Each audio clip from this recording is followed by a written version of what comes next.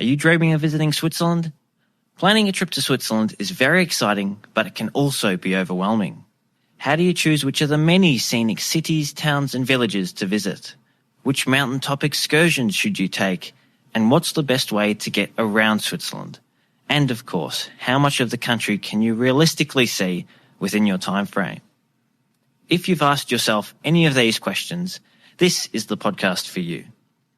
This is the Holidays to Switzerland travel podcast, and in each episode, your host Carolyn Schonefinger chats with Swiss travel experts to answer your most commonly asked questions, provide practical tips, and take you on a virtual visit to the most popular destinations, and of course some hidden gems to help you plan your dream trip to Switzerland. And you'll hear plenty of conversations about Swiss cheese and chocolate too. Are you ready to plan your trip to Switzerland? Well, let's get started.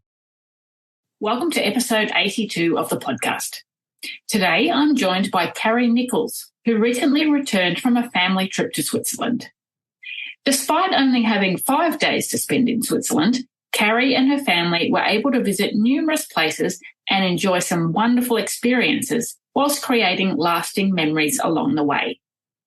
In my chat with Carrie, she shares her itinerary and all the highlights of her trip, and she has some handy tips for other families considering a Swiss vacation too. Before we hear from Carrie, I'd like to say a huge thank you to our podcast sponsor, Switzerland Tourism. Their website, myswitzerland.com, has lots of helpful information to help with your Swiss trip planning. So do go and take a look. If you need the train ride of a lifetime, you need Switzerland. Hi, Carrie. Thank you so much for coming onto the podcast. It's lovely to have you here chatting with me today.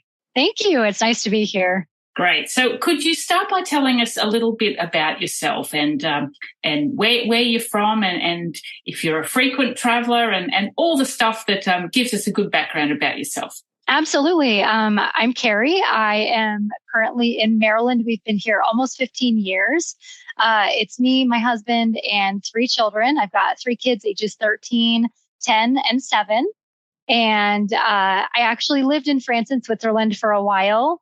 I met my husband in Geneva, Switzerland, and then we were recently celebrating our 15th anniversary, which is actually why we visited Switzerland this year. Ah, perfect. So I was going to ask you, why did you visit Switzerland? But I can see there's that connection there. 15 years ago, well, you've been married 15 years. How long ago was it that you both met in Geneva? So we met in 2005. Okay. Yeah, fantastic. Well, what a lovely place to meet.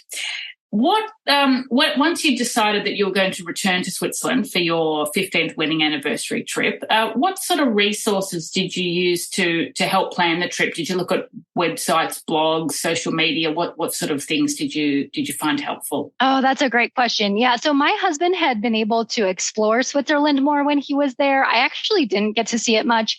I was mostly centered in Geneva and felt a little sheltered from some of the other beautiful parts of Switzerland. So I let him map out the route, and then I went and started planning based on his itinerary, his locations, what we would do.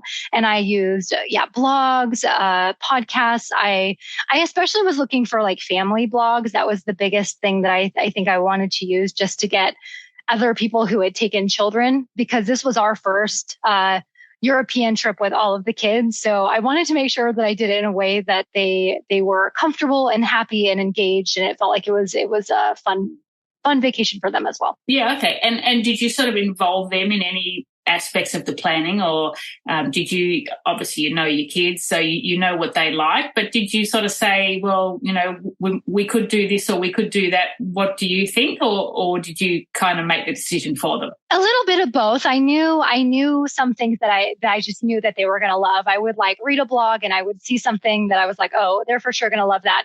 And then even while we were there, sometimes we would tweak plans based on feedback. All of my children love swimming. So if we can get them in a hotel pool or a lake somewhere, that's going to be fun. And so that we did a little bit of both. I did some planning, thinking about them, and I also did some listening to their feedback. Okay, great. So when was your trip? So we went, what was it? August, I think 14th that we flew out. And I think we arrived on the 15th. So it's very, very recent, just a couple weeks ago. Yeah. Okay. And what was the weather like while you were there? It's actually good. I was worried, and I've seen this a lot in other posts. Like people will like notice the weather and think that the weather is going to be terrible. And I had the same experience. I was looking at the forecast and I was saying it's going to rain the whole time. Our trip's going to be ruined. And I think it rained one day, and we were actually just able to pivot, and it was wonderful. It's great to be able to have that flexibility, isn't it? Like going with the mindset that, okay, we might have to slightly change our plans to avoid bad weather in one spot, or do an indoor activity if there's a bit of drizzle. But as you say, a lot of people get so hung up about the weather forecast. But when you're in the mountains, the weather can change, five times a day. So exactly. Actually, I would say the concern that I wasn't thinking about too much was the heat, and it was hot. It was warm while we were there. Yeah. Okay. Yeah. That is definitely something that some people underestimate. They think we're going to this mountainous country. It won't be hot, but the old buildings, they're not air conditioned, a lot of them. So yeah, that's exactly right. That's exactly what I was thinking. I was like, oh, it's going to be up in the mountains. It's going to cool off, and I underestimated the heat. Yeah, well, it's easy to do. It's a common thing. So, can you give us a bit of an overview of your trip? Where you flew into and which places you stayed in and for how long? Absolutely.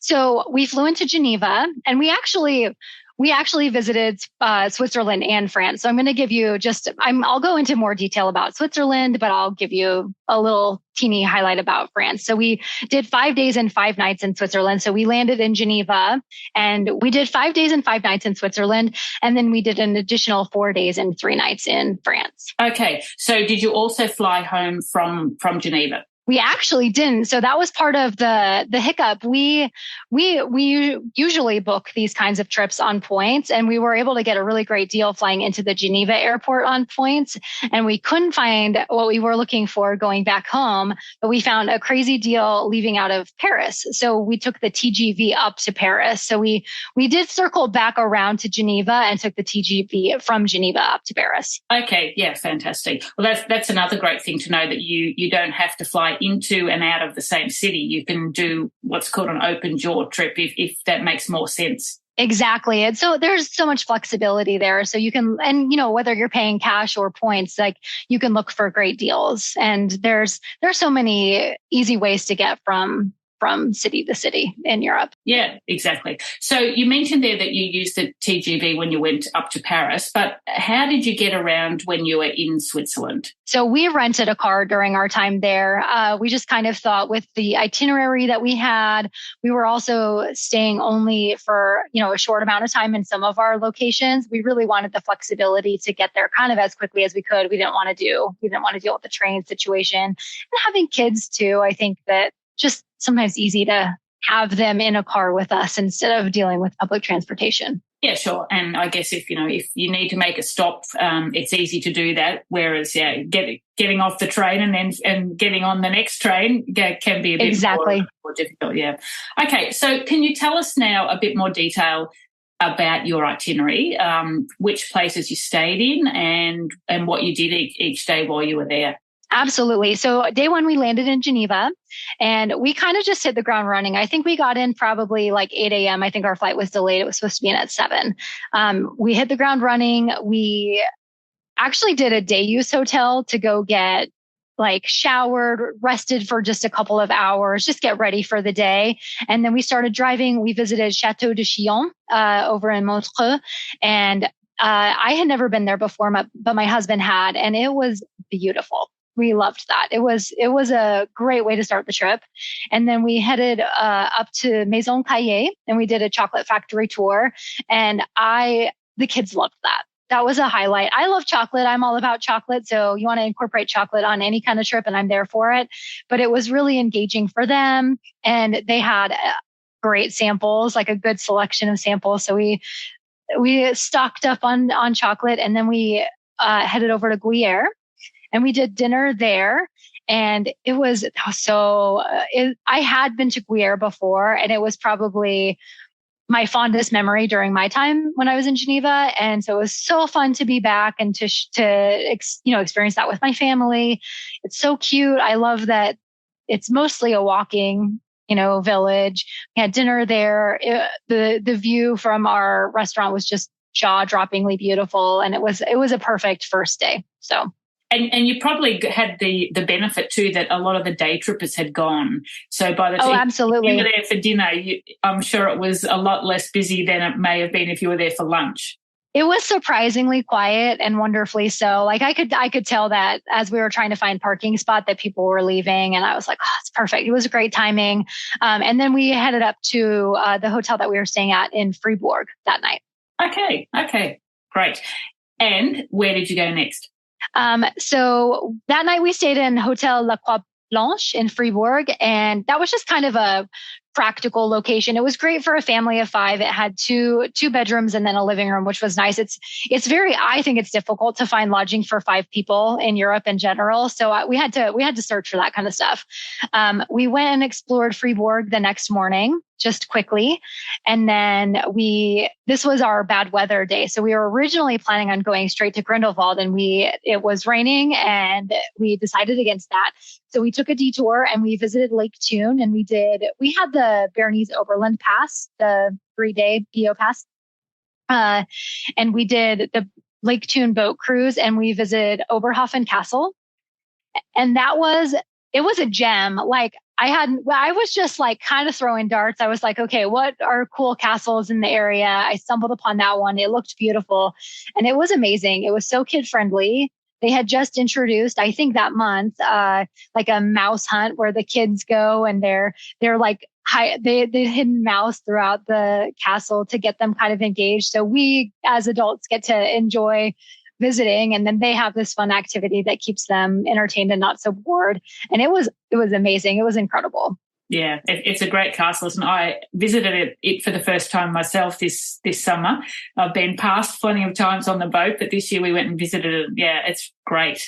And the displays in the room of reenacting how it would have looked all those years ago. Yeah, really well. It was really fun. And I've never been in a tour like that. As far as like castles go, like usually it's kind of like you go room to room and you see what would have been, but it's a lot more, it's almost entertaining. Like you said, like they've got multimedia in there. It's cool. Yeah, no, that's great. Okay. So did you hopped off the boat? So you were doing the cruise, you hopped off the boat, at Oberhofen, and then you hopped back on and went back to Thun, or did you go further? Yep, that's correct. We didn't go see a lot of the lake. Unfortunately, I wish we had time to do more, and I wish we had been able to go back. Our time was limited, but we did just Thun, Oberhofen, and then back to Thun, and okay. It's gorgeous, gorgeous. Yeah. Okay, so then I guess you drove on to Grindelwald. That's right. Yeah. So we headed on to check in at our Airbnb. We stayed at the Chalet Carve. It's like I think it's like 4 units that are owned by this super nice family. And it was incredible. It's got this beautiful view and a nice deck. It also accommodates a family of 5. So it was 2 bedrooms. They had a kids room that had 3 beds, and it was perfect for us. So we really loved it. Okay. So did you have any time once you got to Grindelwald that first day to look around there, or was that more just arriving, settling in? So we arrived just before dinner time. We got settled in, and then we spoke with the host of the Airbnb, and she gave us a few dinner recommendations. And so we were able to go find a really nice dinner place with this just stunning view. And it's almost hard when you're in Grindelwald. It's almost hard to believe what you're looking at. The mountains are just breathtaking and gigantic, and it feels like you're in a painting. So we had an incredible dinner. I think that was it was the Alpenhof Hotel restaurant that we ate at that night, and it was just an incredible introduction to Grindelwald. So. Yeah, good. Okay. So then I think you stayed there 3 nights. Is that right? In Grindelwald? That's right. Yeah. So we did. What did you do on those 2 sort of full days that you had there? So the next day was the first full day that we had in Grindelwald, and we went up to Mannlichen, and we played at that playground. What is it? The Alpine playground up there in Mannlichen. And that was incredible. I've never seen playgrounds like that in my life. I just like, you get the combination of this like stunning, incredible view and then this amazing playground. My oldest is 13 and he was like, Mom, why do the Swiss have all the cool things? They were sold and you're there and like, there are cows all around you and their bells are ringing and it's like so picturesque and it's stunning. We went and visited, Wengen, and we did a little picnic down there and that was really cute. We just walked around a little bit and then we came back up and we did the hike down the Lieselette Trail, which is very kid friendly. I had seen that in some blogs and they explained that they're like, 13 or 12 or 13 stops along the way. It's really like an hour and a half hike. And the stops along the way really keep the kids engaged. And, they've got like water stops or milking a fake cow or I don't know, just climbing on things. They've got binoculars at some of these stops. And that was perfect. So. Yeah, good. Okay. So, for the listeners that don't know, so you went from Grindelwald you can go up to Mannlichen by one cable car, and then there's another cable car that goes down the other side to Wengen. So you did all that, and that is all covered with the Berner Oberland pass. Yep. Yeah. Okay. Yep. And it was so easy to use. Going in, I was a little nervous about that kind of the public transportation beyond like with the rental car situation. And it was incredibly easy and intuitive. Once you go there, you're like, oh, it's not a big deal at all. Yeah, exactly. Okay. So after that, what did you do? So that night we came home and we just ate dinner. We ate at the Hotel Aspen restaurant. My daughter's name is Aspen, so we couldn't resist. And that was delicious. Then we went back to Chalet Carve and we slept that night. And then the next day was another full day and we visited Almondjubel, the flower playground. Yeah, yeah, flower trail playground. Mm-hmm. And again, just like stunning. And we kind of lucked out. We got there early. There were a lot of people coming up to Muren, but there weren't as many people going up to Almondjubel, and it wasn't too crowded. So we were probably one of like maybe 2 or 3 families up there at the beginning, which was nice. As we were leaving, I think more people were coming. And then we just hiked around and then we hiked back down. We did the hike back down to Muren. Okay. And we had lunch there at a bakery. Mm-hmm. So again, just for the listeners that don't know, from Muren, you go up to Almondjubel on a little funicular, and obviously you can go back down on that as well. But as you said, you hiked. How long did the hike take? About an hour? I think so. Yeah, I think it was about an hour, maybe an hour and a half. And again, it's just beautiful too. So it's a fun hike. Yeah. And whilst the kids are playing on all that great sort of play equipment, the adults can just get the most amazing views, can't they, from up there? It's just, stunning. Exactly. That was the whole idea. We wanted something that we could enjoy and they could enjoy it. And you could just sit there and like look at the beautiful mountains while they're having a blast playing on these incredible playgrounds. So. Yeah. And was the weather warm whilst you were staying in Grindelwald? Yes, very. So you did have the very hot weather while you were there. Yeah. Yeah. It was warm and made it kind of difficult to sleep at night. I wasn't too worried about trying to find places that had air conditioning because I'm like, oh, we're going to be up in the mountains. Not a big deal. It's okay. Like I knew it was August, which is going to be hotter, but I thought the locations we were staying at would cool off at night. And unfortunately it was warmer than I had anticipated. So yeah. Okay. So were you able to go swimming at all whilst you were there? We did. Yeah. So then that same day, actually, so we went down to Muren, had our lunch, and then we quickly went down and visited Lauterbrunnen. It was way too crowded that day for me. So we did not stay there very long. It was kind of like, okay, saw it. Okay, bye. And then we decided we were going to spend more time there, but we actually decided to go, visit a little beach pool area on Lake Brienz. And it was awesome. I think it's called The Beach. It's in Boningen.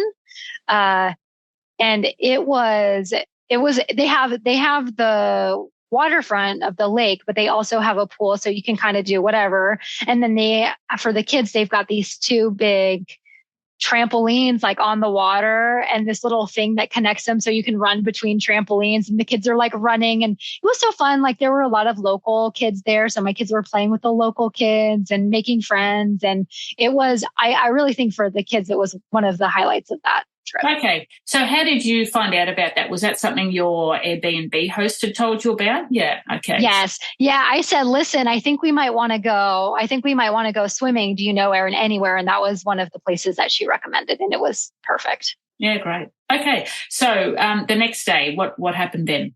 So the next day, we headed out. So that was our 3 nights in Grindelwald, and we headed on to Zermatt, which was a hike to get to. I knew it was going to be. I think the drive was probably 2.5 hours. And then of course you have to, you go park in, what is it? Tash. And then you take the train up to Zermatt, and that was beautiful. And we lucked out and we had a clear day. So we had an amazing view of the Matterhorn, which the kids also said was one of their favorites. Just stunning. And that day we went up to Senega and we visited the Woolly Park playground up there. So fun. They've got this like lake and this cute little, I don't even know. It's like a raft that the kids can pull a string and they move themselves across the lake on this raft. And it was just a blast. So we spent probably a couple hours there, hiked around that a little bit. And then we went back down to Zermatt, walked around in the village down there. We ran into their old village. I think it's called Hinterdorf, where it's like the older houses that are from like the 1600s, which was so cute and so fun. And Zermatt itself it's really adorable. It was a really fun place.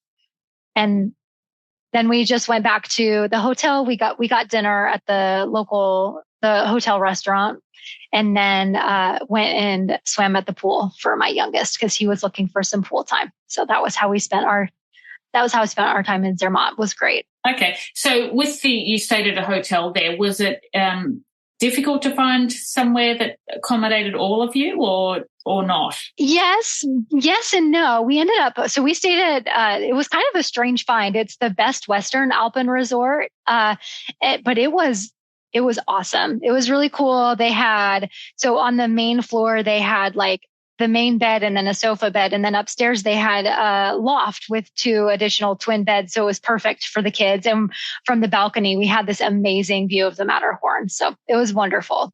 Okay, wonderful. Okay, so once you'd left Zermatt, is that when you drove back to Geneva? To France or not?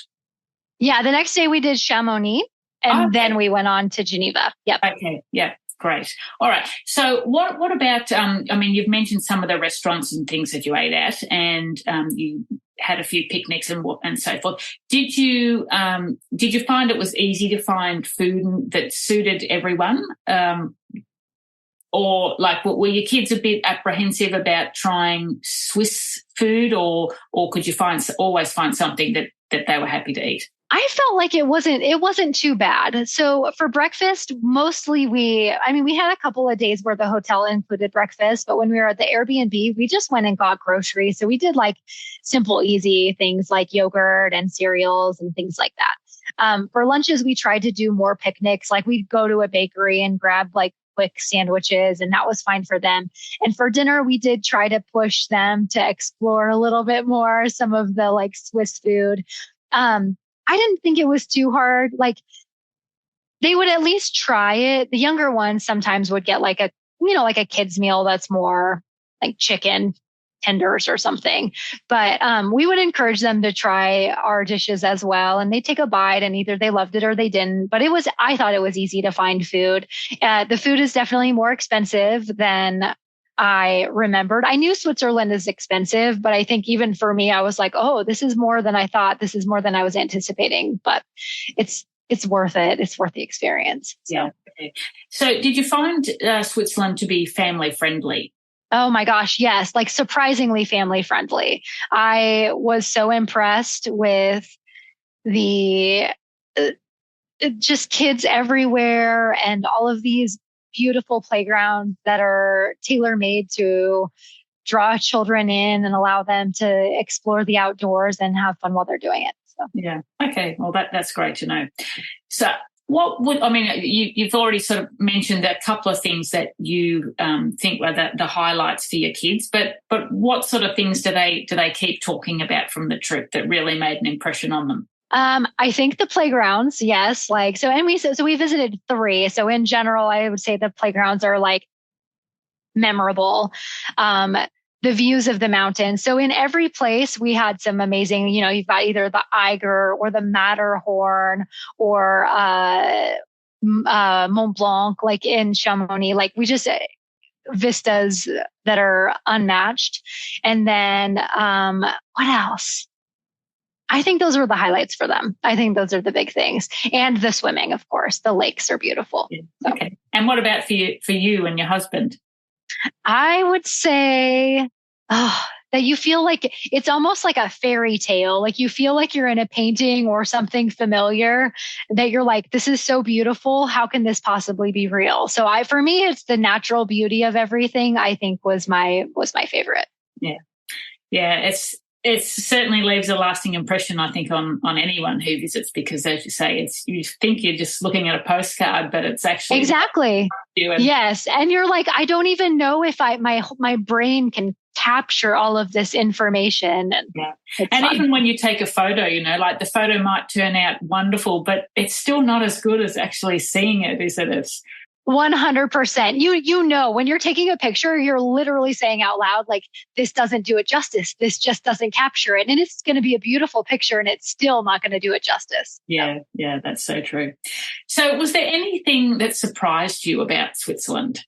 I would say I was surprised by the price. I think I was surprised because I was going in knowing that Switzerland is expensive, and it still caught me by surprise just how expensive like food was in particular. It surprised me how warm it got in the mountains, even at night. I was expecting hot days, but cool nights. And that was maybe partially true. It certainly cools off at night, but it was still warm. Mm-hmm, mm-hmm. And when you say that you found food expensive, did you find the prices in the grocery stores more expensive than you would have expected as well, or was it mainly just from restaurants and eating out? I would say both, but emphasis on restaurants. I think the restaurants in particular were surprising for me. Yeah. Okay. From this trip, is there anything that you wish you had done differently? Would you if you were doing the same trip again now with hindsight, would you change anything around, or were you happy with how it all went? That's such a great question. I've been trying to think about this one, and I'm torn because I would say I wish we could have added time on to our trip, because really we wanted to see a lot of places, but we also didn't have a lot of time. I wish we had been able to give Zermatt more time. I wish we'd been able to give Chamonix more time. But realistically, we had some constraints based on like work and getting the kids back for school and everything. So we were doing the best we could, but I wish we had some more days to add on to that trip. Yeah, I think anyone thinks that, no matter how long they visit Switzerland. Exactly. I think you could be there a month and still say like you don't feel like you had enough time. So yeah, totally. Absolutely. So for those other families that are listening that are thinking of planning their own family vacation to Switzerland, have you got any tips for them? This is a really random practical tip. So when we flew into Geneva, when we were renting a car, we did not realize there's a French side of the airport and a Swiss side of the airport. And the side, it matters what side you rent the car on. So if you're going to be in Switzerland, you need to rent from the Swiss side, because I guess they have some sort of vignette that it's like a toll pass or something, I think, right? That's right. Yeah. Yeah. It's cheaper sometimes to rent on the French side, but you really do need that. And then when we dropped the rental car off, we followed the instructions that were on our like document, and it instructed us to go back to the French side. And they, in fact, scooted us back over to the Swiss side to drop it off. So you just have to be careful about that. I've never seen that before in another airport. So I didn't even know that was a thing, but that's a little detail to pay attention to if you do happen to use a rental car. Okay. So anything else that the family should be aware of? I would just say, pad your budget for especially food. Like, just know that it's going to be a little extra. I found it more convenient as far as transportation goes to use the Berner Oberland pass, because then you just don't have to think about it. I know some people are paying for this like one ticket at a time, one trip at a time. And for me, it was just simple to get the pass and not even stress about it for the days that we were there. I would definitely recommend that. I would recommend, especially if you're taking kids, to find activities like what we were able to do that keep them excited to be there and engaged. And you as an adult are going to love the view no matter what. And you're allowing them to enjoy the experience too. So yeah. Great. Well, you've obviously made some wonderful family memories on this trip. Do you have any plans perhaps for a future trip to Switzerland? I sure hope so. I'm already thinking, okay, where would I go next? Because, we kind of spent a lot of time in one section, right? But there's so much that we haven't seen. So I hope to go again, and I hope to explore some of the places that we haven't been to yet. Yeah, wonderful. Well, thank you very much, Carrie. It's been great chatting to you. I will put in the show notes for those listeners who are interested. I'll just jot down where you stayed and the places that you visited on your itinerary, so that if anyone else is keen to check them out with their own family, or even with if they're traveling without children, they've got all that information there. So thank you again. It's been a pleasure chatting to you and hearing about your wonderful trip. Thank you so much. Thanks for having me. It was fun talking to you. Bye for now. Whilst Carrie wishes she had been able to stay longer in Switzerland, I think that's true of just about everyone who visits. But as she has proved, thanks to it being a relatively small country, you can cover a lot of ground in a relatively short space of time. Limiting the number of different overnight destinations to just 3 was a good decision, in my opinion, as changing your lodging every night can be very time-consuming. I love that Carrie was able to include lots of activities that the children enjoyed, such as playgrounds, swimming and chocolate factories, and combine them with things that the adults enjoyed too. Going up to the mountains like Mannlichen and Armenhübel and sitting there taking in the stunning views whilst the kids played in the playgrounds would have been no hard task at all. You'll find links to all the places the family stayed at and the places they visited in the show notes for this episode. I'll also include a link to a detailed guide and a previous podcast episode about the Berner Oberland Pass that Carrie mentioned. This is a regional transport pass that includes public transport, boat rides and mountain excursions in the Berner Oberland. So it's something you might want to consider if you're visiting that area. The show notes can be found at holidaystoSwitzerland.com/episode 82. Thank you for joining me today. Next time, we're heading to the region that is best known as being the home of Zermatt, but has so much more to offer. I hope you'll join me then. Tschüss! If you'd like more great resources to help you plan your dream trip to Switzerland, there are lots of ways to connect with us. Visit our website holidaystoSwitzerland.com, sign up for our monthly newsletter, or join our friendly, helpful community of past and future travellers in our Switzerland travel planning group. You'll also find the links to connect with us in the show notes for this episode. Show notes and a list of all previous episodes are available at holidaystoSwitzerland.com/podcast. Don't miss out on your fortnightly dose of Swiss travel inspo. Hit the subscribe button on your favourite podcast app so you never miss an episode. And if you enjoyed the show, please leave a rating. That's all for this edition of the Holidays to Switzerland Travel Podcast. Thanks for joining us and happy travel planning.